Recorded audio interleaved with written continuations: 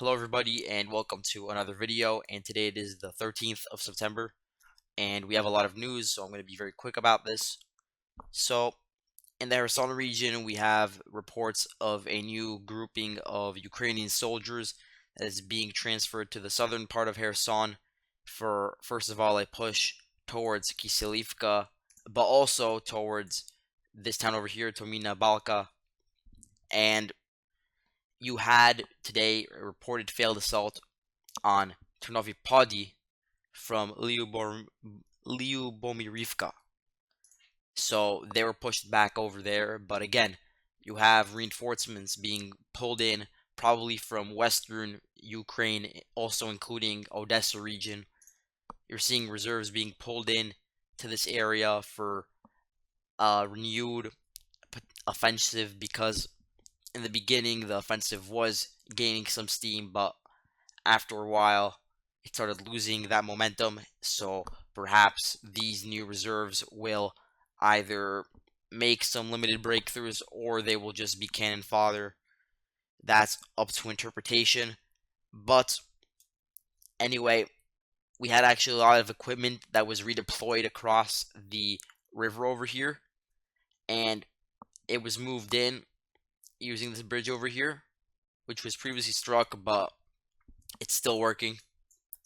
And a lot of this equipment is actually being sent to this airbase over here, where you have a very large grouping of Ukrainian equipment and troops, which has been struck previously by Russia, but I wouldn't be surprised if they strike it again very soon, because you did have 5 columns of military equipment being sent to this base. It's called Kulbakino, and from there it's being sent across the entire Kherson front line. So the most important news from Kherson, which is the fact that there were reports of fighting in the Davydiv Breed area, where at first Ukraine was actually able to break through and take part of Davydiv Breed, but due to Russia's artillery superiority, they were able to push back the Ukrainians. And again, this also does confirm that Bilohorivka is under Ukrainian control, so I did change it to blue. And there was a video of a pontoon crossing over the Inhulets River, which was probably from the area around Bilohorivka, and then from there they sort of advanced towards Davydiv Breed, but the situation is sort of stalled, and we haven't seen many changes besides that.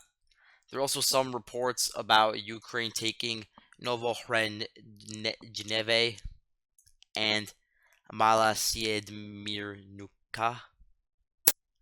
Of course, I said those wrong, but we don't know for sure if these actually fell to Ukraine, but it wouldn't be that surprising just given where they're situated on the map. But again, these are very small settlements. But it does show that there is at least some increased movement of the AFU in this area. You did have a lot of equipment being sent across Ternivka, Velike, Artakove, and Bila Krinitsia, and specifically you had like 50 units of military equipment that was just moved in from those areas very recently. So that's something to look out for. One last thing about this bridgehead is that the 46th Air Assault Brigade has actually started demining their positions around Andriivka, Lozove, and this is probably in order to continue their advances in this area. They want to expand their operational area to these 3 towns over here. So I might have to change the map to sort of indicate that these areas are contested. And of course, they want to also attack this town over here and reach this road. That's very important to them as well. So that's really it.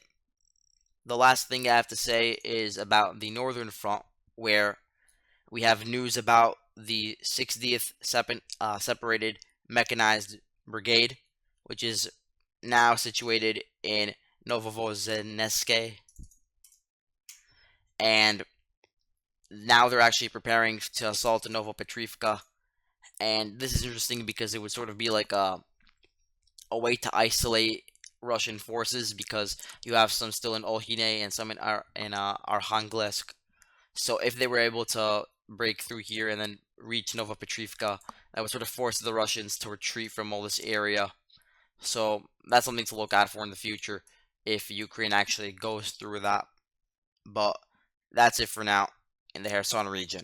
Let's move on to the Zaporizhzhia region, where there's news of the 65th Brigade of the AFU being moved in to the Orikhiv area, and a lot of artillery and MLRS systems are being moved in, specifically to Kamyansk over here, and this might be a part of some new attempts by Ukraine to push through and actually find a breakthrough in the Zaporizhzhia line, and that's sort of possible specifically around Orikhiv, where Ukraine does have a large concentration of forces, and they could potentially retake some of these suburbs over here. And then, of course, as a long-term goal, they'd probably be looking at taking Tokmak, but this would be pretty difficult. Anyway, they are actually utilizing the RQ-20 Puma drones that were used a lot in the Kharkiv front over the past few months to probe Russian positions. So now those were moved to the Zaporizhzhia front, interestingly. So that's going to scan the Russian formations. But again, no real movement just yet. Same thing with Vuhledar, where there's reports that like 2,000 soldiers were sent in that direction, but no material gains just yet. In the Marinka area, we actually do have news about the 2 units that were moved in now. It was the 79th Brigade that was moved into Marinka, and then the other unit was the 42nd Battalion. It was moved to the area around Pesky. So this might not be a way to extend defensive operations to the Donetsk area, but it might just be a way to prevent some sort of DPR breakthrough. But about a detachment of 50 troops from the AFU actually tried assaulting the Donetsk airport, but the Somali and Sparta battalions pushed them back. So that might have been some sort of like probing operation, because 50 is not enough to take back the entire airport. Now, let's move on to this part of the front line where we actually do have some changes.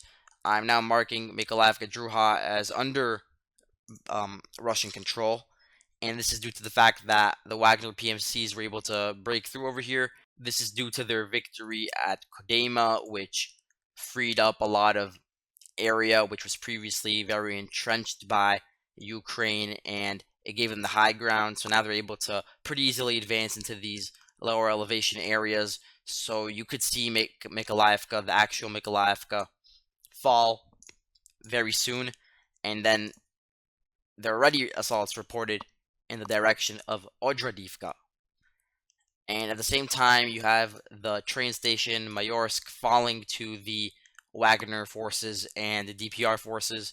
So you can see some sort of like maneuver to isolate Kurdyumivka like this from the east and from the south. So I think the strategy now for Russia in this area is just to tap into their advantage in the southern outskirts, and then from there also take over Zaitsev. I think that's the next target, because you do have some movement of the Russian forces in this area just south of Zaitsev. And we've been talking about Bakhmut for so long now, but we might actually be reaching the point where the battles will actually approach the outskirts now. There was rumors about the industrial zone of Bakhmut falling, but there was no evidence provided, and for now they're just situated on the eastern parts of Lumumbi Street. Anyway, we actually do have some changes in the Severodonetsk area, where Ukraine actually retook Bilohorivka, and I really do need to make this map look nice because it's very ugly at the moment, and I just don't have the time. But whenever I find the time to do it, I will just completely update the map. But for now, this will suffice. So about Bilohorivka fell to Ukraine about 3 days ago. That's what's being reported. And there's a video that was geolocated over here in the eastern part of the town, so we know that it's under their control. And The thing is, this is the first time that Ukraine has been in LPR territory since July.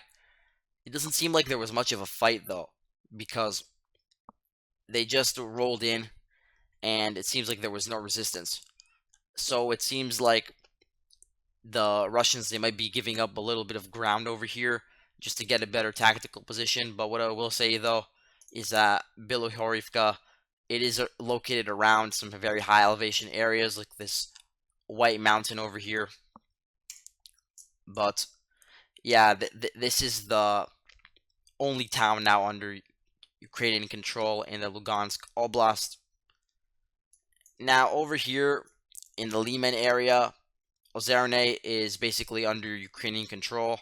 I need to update the map, of course, but I do have it marked as vacant for now.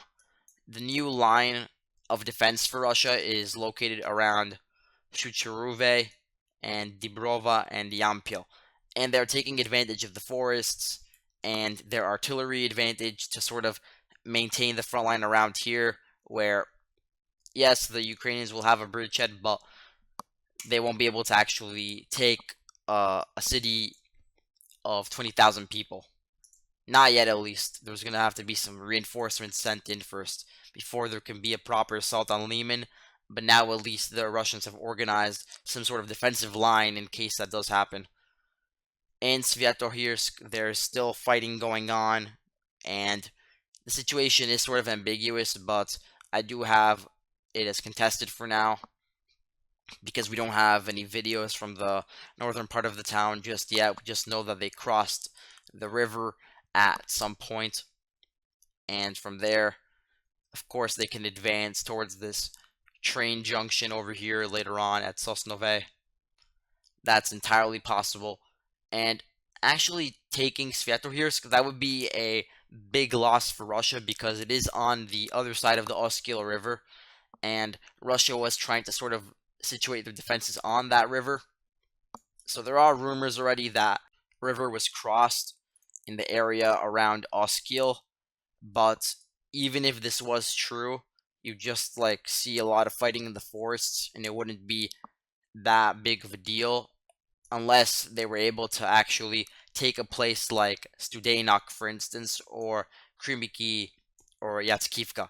In that case, it would be a big issue for Russia, and they would have to try to push them back to the river because that's the new defensive line they've made, of course. Now, there were some rumors about a bridgehead around Borova, but I couldn't verify this, so I'm just going to keep it red for now. It seems as if, at least along the Kupiansk line over here, there hasn't been many changes, which makes sense because of the river. And it seems as if Russia is trying to like shift their strategy in this area because the Western Military District, which is really the main district present in this part of the front line around Kharkiv, they have had some restructuring of their military command. The leader of this district, he was just hired 18 days ago. He was fired 2 days ago, and his name was Roman Bordnikov, and he had experience from Syria, so at least in that regard, he was successful.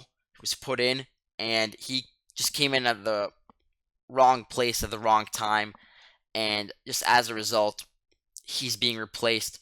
There's going to be some reshuffling of probably the first Tank Guards army, and you might see some sort of more reinforcements as well just to hold this line. But a mobilization is very unlikely at the moment. We actually have a comment from Press Secretary Dmitry Peskov about the possibility of mobilization. He said that the Russians aren't interested in any sort of mobilization at the moment, and those are the key words, at the moment, because he's sort of hinting at the fact that, at least for now, nothing will happen, but let's say later on in a few months, maybe there will be some sort of mobilization, so do keep out your eyes for that. But that's it for actual frontline updates. Thank you all for watching, and I'll see you later.